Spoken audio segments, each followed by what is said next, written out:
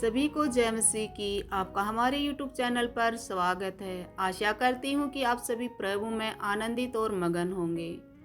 यहेजकेल भविष्यवक्ता परमेश्वर के चुने हुए व्यक्ति थे जिन्हें कई गहरे और रहस्यमय दर्शन प्राप्त हुए। उनकी भविष्यवाणियाँ इजराइल के पुनर्स्थापन, आत्मिक जागरण और परमेश्वर की महिमा को प्रकट करने वाली थी। विशेष रूप से सूखी हड्डियों की घाटी और जीवन की नदी के दर्शन बाइबल में बहुत महत्वपूर्ण है। आज हम इन्हीं वचनों पर मनन करेंगे, तो चलिए वीडियो को शुरू करते हैं। सूखी हड्डियों की घाटी का दर्शन हमें यहेजकेल की पुस्तक 37 अध्याय वचन 1 से 14 में पढ़ने को मिलता है।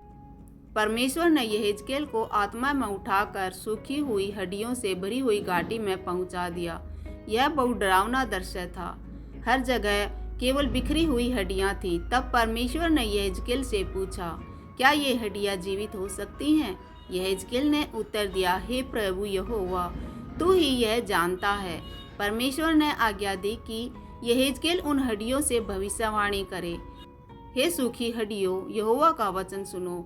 मैं तुम्हें प्राण डालूंगा, तुम्हें मांस और त्वचा से ढक दूंगा और तुम जीवित हो जाओगे। जैसे ही यहेजकेल ने वचन कहा, एक अद्भुत चमत्कार हुआ।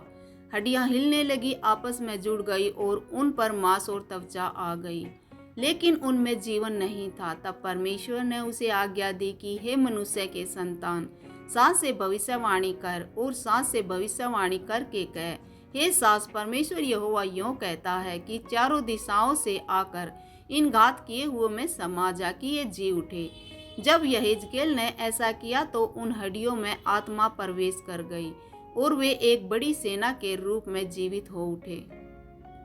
इस दर्शन का अर्थ है, यह यहूदी लोगों के आत्मिक और भौतिक पुनरुत्थान का प्रतीक था। इजराइल जो बंधुआई में था और आत्मिक रूप से मृत था, परमेश्वर के वचन और आत्मा से पुनः जीवित किया जाएगा। जीवन की नदी का दर्शन।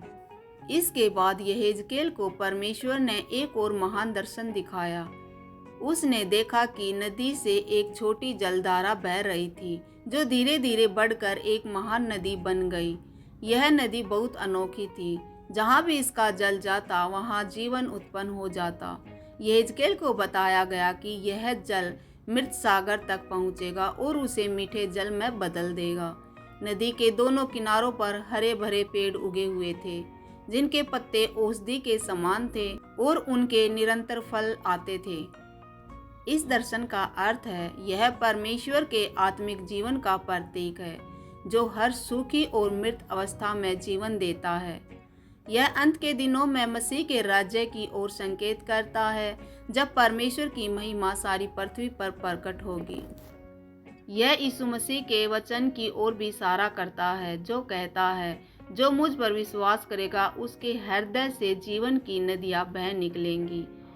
इन वचनों का निष्कर्ष है, यहेजकेल की भविष्यवाणियां केवल अतीत की कहानियां नहीं हैं, बल्कि वे आज भी हम सभी के लिए संदेश देती हैं। यदि कोई आत्मिक रूप से शुष्क और टूटा हुआ महसूस कर रहा है तो परमेश्वर उसमें नई आत्मा फूंक सकता है। यदि जीवन ठहराव में है तो परमेश्वर की जीवन की नदी उसे बहाल कर सकती है। परमेश्वर हमें यहेजकेल के इन रहस्यमय दर्शन के माध्यम से यह सिखाना चाहता है कि जहाँ परमेश्वर का आत्मा होता है वहाँ जीवन, चंगाई और पुनर्स्थापन होता है।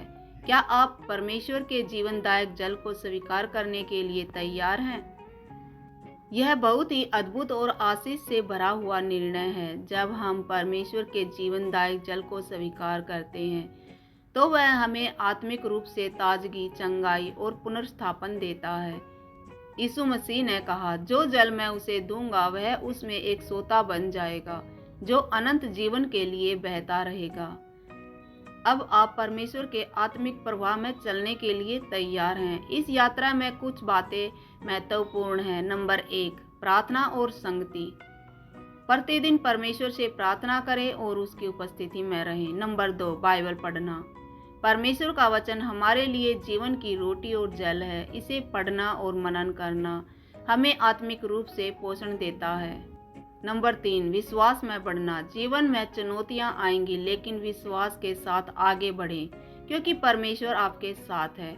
नंबर 4, गवाह बनना। आपके जीवन में जो बदलाव आ रहा है उसे दूसरों के साथ साझा करें ताकि वे भी इस दिव्य जल को प्राप्त कर सकें।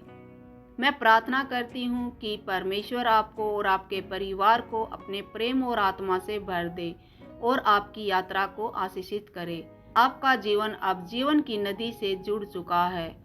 आगे बढ़िए और बहते रहिए। आमीन।